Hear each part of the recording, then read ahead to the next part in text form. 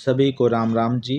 आज की वीडियो में हम 7वीं क्लास के पाठ नंबर 3 विद्युत परिपथ एवं उनके घटक के पाठ्य पुस्तक के प्रश्न हल करेंगे और आसान भाषा में आपको समझाएंगे। तो ये अभ्यास के प्रश्न हैं, आइए और अधिक सीखें। प्रश्न नंबर 1, असत्य कथन का चयन कीजिए। ये 4 कथन इसमें दिए हैं, इनमें से एक असत्य है और बाकी सब सत्य हैं, तो उस असत्य को छांटना है। तो पहला कथन क्या है? विद्युत परिपथ में स्विच धारा का स्रोत होता है। दूसरा है, परिपथ को पूरा करने अथवा भंग करने में स्विच सहायता करता है। ये बिल्कुल सही है।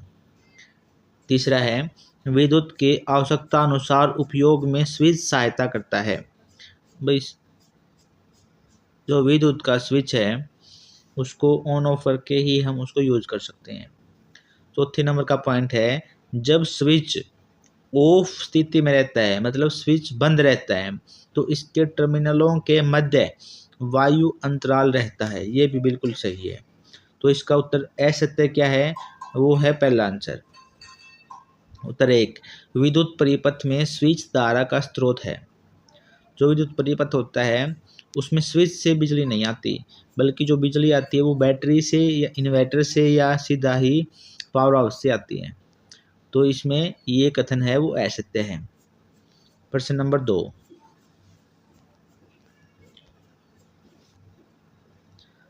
प्रश्न नंबर 2 में दिखाया है कि चित्र में सिरों क और ख के मध्य कौन सा पदार्थ जोड़ने पर लैंप दीप्तमान नहीं होगा। ये सेल है। ये इसका तार का सिरा क है, ये ख है।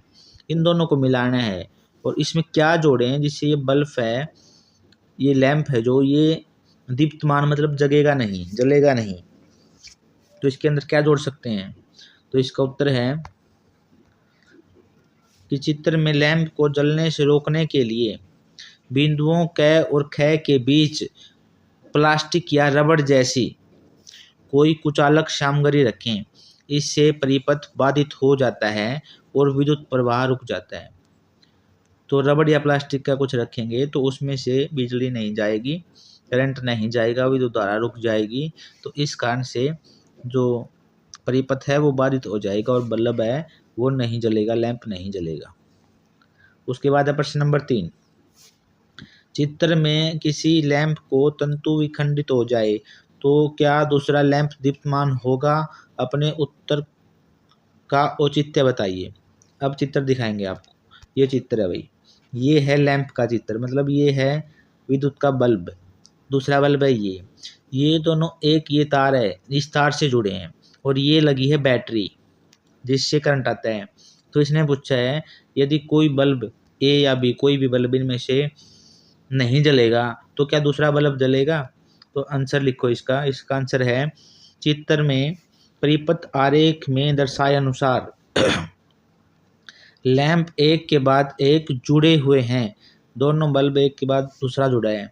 यदि किसी एक लैंप का तंतु टूट जाता है तो दूसरा लैंप भी बुझ जाएगा। ऐसा इसलिए होता है क्योंकि एक श्रृंखला परिपथ में, ये श्रृंखला है मतलब एक ही तार से दोनों जुड़े हैं, तो विद्युत धारा प्रत्येक घटक के क्रमानुसार गुजरती है।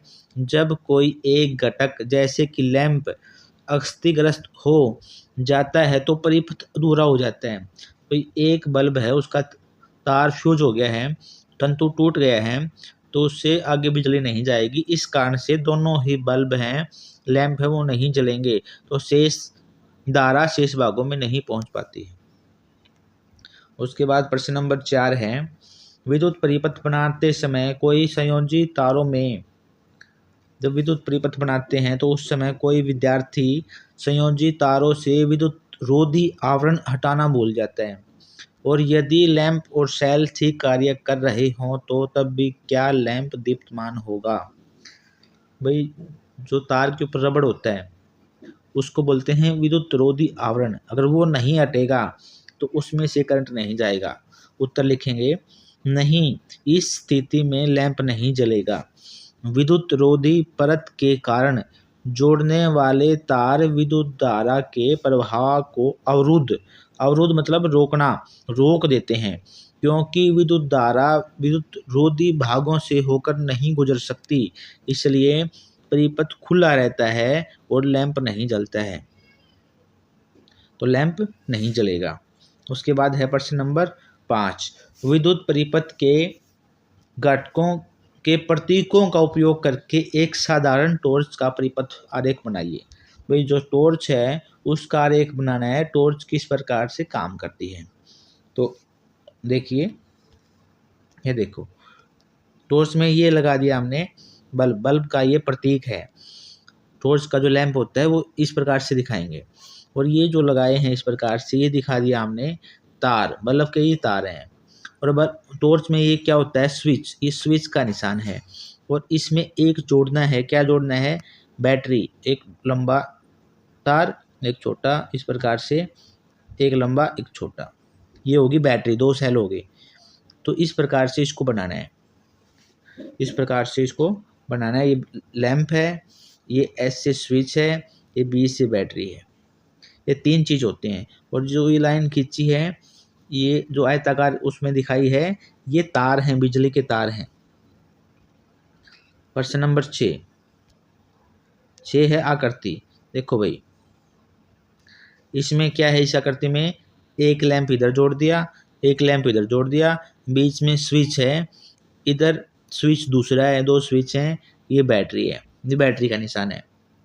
तो अब इसने सवाल अलग अलग तरीके से पूछे हैं। अब सवाल क्या पूछे हैं, देखो।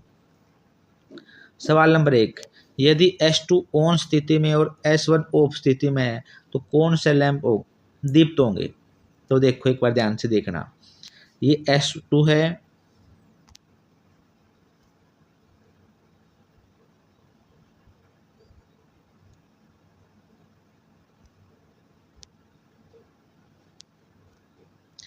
ये S2 है, ये S1 है।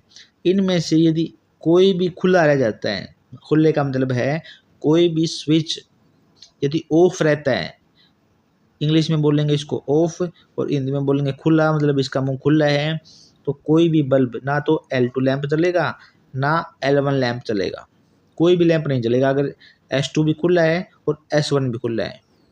इनमें से कोई भी एक खुला है तो भी नहीं जलेगा, दोनों खुले हैं तो भी नहीं जलेगा।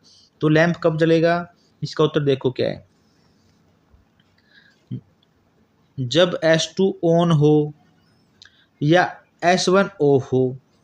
क्या बताया है, एक इनमें से ऑन है, दूसरा S1 ऑफ है, या जब S2 ऑफ हो या S1 ऑन हो, मतलब इनमें से कोई भी एक खुला है एक बंद है, तो कोई भी लैंप नहीं जलेगा। दूसरी कंडीशन क्या है, जब S1 और S2 दोनों स्विच ऑन हैं, ऑन मतलब बंद हैं, तो दोनों लैंप जलेंगे। ठीक है। उसके बाद है तीसरी कंडीशन, जब S1 और S2 दोनों ऑफ हों, जब दोनों स्विच खुले हैं तो कोई भी लैंप नहीं जलेगा। ये 4 कंडीशन हो सकती हैं। उसके बाद है प्रश्न नंबर 7, एक विद्यार्थी ने चित्र में 3.19 में दर्शाए अनुसार एक विद्युत परिपथ संयोजित किया। परिपथ को बंद करने के बाद भी लैंप दीप्तमान नहीं हुआ। इसके क्या संभावित कारण हो सकते हैं। क्या दोषपूर्ण परिचालन के लिए अधिक से अधिक कारणों की सूची बनाइए। लैंप के दीप्तमान न होने के कारण का पता लगाने के लिए आप क्या करेंगे, ये बताना है। तो देखो इसका क्या है, ये था भाई, ये है लैंप मतलब बल्ब, ये है सेल या बैटरी, ये बना दिया स्विच, और जब इसको बंद करता है, इन तारों को मिला देते हैं तो भी ये बल्ब नहीं जल रहा है। तो ये पूछ रहा है भाई क्यों नहीं जल रहा है, क्या कारण हो सकता है। तो उत्तर देखिए, प्रश्न नंबर 1, ढीला संयोजन। ढीला संयोजन का मतलब क्या है, जो ये तार हैं, ये इधर ये तार लगे हैं, जो ये यहाँ पे ढीले हैं, क्या है। सुनिश्चित करें कि संयोजित तार बैटरी लैंप स्विच से मजबूती से परस्पर जुड़े हुए हों, तो सही तरीके से तार जुड़े होने चाहिए। दूसरा है फ्यूज्ड बल्ब, यह है जांचने के लिए कि पुराना बल्ब खराब है या नहीं, एक नया बल्ब इस्तेमाल करके देखें, भाई हो सकता है बल्ब ही फ्यूज हो। दूसरा है, तीसरा कारण, कमजोर या मृत बैटरी। जांचें कि क्या बैटरी विद्युत की आपूर्ति कर रही है। संभव हो तो बैटरी की को बदल कर भी देख सकते हैं या मल्टीमीटर से इसकी जांच कर सकते हैं। उसके बाद है दोषपूर्ण स्विच। भाई क्या पता स्विच ही खराब हो। स्विच को छोड़कर तार को सीधे जोड़ के देखें कि जांच करें कि लैंप जलता है या नहीं जलता है। ये 4 कारण हो सकते हैं कि बल्ब क्यों नहीं जल रहा है।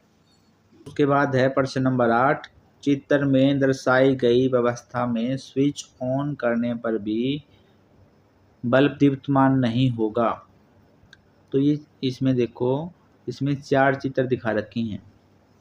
स्विच ऑन कर दिया, ये स्विच का निशान है, ये स्विच है, ये ऑन कर दिया मतलब ये जुड़ गया, सब में जुड़ गया। तो उसके बाद भी इसमें क्या है, बल्ब नहीं जगेगा, ऐसी कौन सी है। तो ये लैंप का निशान है, ये लैंप दोनों में स्विच ऑन होने के बाद दोनों में जग जाएगा। फिर बात करते हैं जो नीचे वाले हैं, इसमें ये निशान है एलईडी का, एलईडी का निशान है। स्विच जब बंद कर देंगे तो ये तो जल जाएगा, ये नहीं जलेगा या दीप्तमान नहीं होगा। क्यों नहीं होगा, क्योंकि इसमें जो बैटरी का निशान है, देखो इसमें इस तरफ बड़ा निशान है प्लस का और इस तरफ माइनस का आता है, तो ये बैटरी उल्टी जुड़ी हुई है, इसलिए ये बल्ब जो एलईडी गए है ये नहीं जलेगी। तो उत्तर किस प्रकार से लिखेंगे, देखो अवस्था कै, अवस्था कै में बल्ब दीप्तमान होगा, ख में बल्ब दीप्तमान होगा, लेकिन अवस्था ग में बैटरी को उल्टा लगाने के कारण से बल्ब दीप्तमान नहीं होगा। अवस्था ग में बल्ब दीप्तमान हो जाएगा। उसके बाद है प्रश्न नंबर 9, यदि किसी बैटरी पर प्लस और माइनस चिन्ह पड़े नहीं जा रहे तो इसे बैटरी के टर्मिनलों को पहचानने की कोई विधि सुझाइए। भाई जैसे ये सेल है, इसकी ये टोपी है जो लोहे से या किसी धातु से बनी होती है, तो इस पे अगर प्लस माइनस नहीं लिखे हैं तो कैसे पहचानेंगे प्लस किस तरफ है माइनस किस तरफ है। तो हमेशा याद रखना, सेल में जो धातु की तरफ होती है उस तरफ पॉजिटिव होता है, दूसरी तरफ नेगेटिव होता है। उत्तर क्या लिखेंगे, देखो उत्तर लिखेंगे, एक सर्किट का प्रयोग करें, बैटरी को एक बल्ब से जोड़ें, यदि संयोजन सही है तो बल्ब तेज रोशनी देगा। जोड़ के देखेंगे बैटरी को बल्ब से, एलईडी बल्ब से जोड़ के देखेंगे। दूसरा है टर्मिनलों की जांच करें, स्पाट सतह आमतौर पर ऋणात्मक टर्मिनल को दर्शाते हैं, जबकि छोटा उभरा हुआ सिरा जैसे धातु की मैंने कैप बताई थी वो धनात्मक टर्मिनल होता है। उसके बाद प्रश्न नंबर 10, आपको 6 सेल दिए गए हैं जिसमें कै ख ग अड़े और च अंकित हैं, इनमें से कुछ कार्य कर रहे हैं और कुछ कार्य नहीं कर रहे हैं। तो एक क्रियाकलाप सुझाइए जिससे आप यह पहचान सकें कि कौन कौन से सेल कार्य कर रहे हैं। आपको जो वस्तुएं चाहिए उनकी एक सूची बनाइए, वह कार्य विधि भी लिखिए जिसका अनुसरण आप करेंगे। तो इसका आंसर है, देखो सबसे पहले लिखेंगे आवश्यक सामग्री, हमें क्या क्या चाहिए, एक लाइट का बल्ब चाहिए, एक संयोजन के लिए तारें और सेल चाहिए जिसको हम टेस्ट करेंगे कै ख ग अड़े और च। दूसरे नंबर पे प्रक्रिया क्या होगी, तो प्रक्रिया होगी विद्युत बल्ब को एक अकेले सेल से जोड़ें, देखें कि बल्ब जलता है या नहीं, यदि जलता है मतलब दीप्तमान है तो सेल कार्यशील है। इस परीक्षण को प्रत्येक सेल कै ख ग अड़े और च के साथ दोहराइए। पार्ट 3, गतिविधियों का संचालन, प्रत्येक सेल को बल्ब के साथ जोड़कर अलग अलग परीक्षण करें। बल्ब को दीप्तमान करने वाला सेल काम कर रहा है, जबकि जो सेल बल्ब को दीप्तमान नहीं कर रहा, जिससे बल्ब नहीं जल रहा है, वो काम नहीं कर रहा है, मतलब वो क्या है, सेल वेस्ट हो चुका है।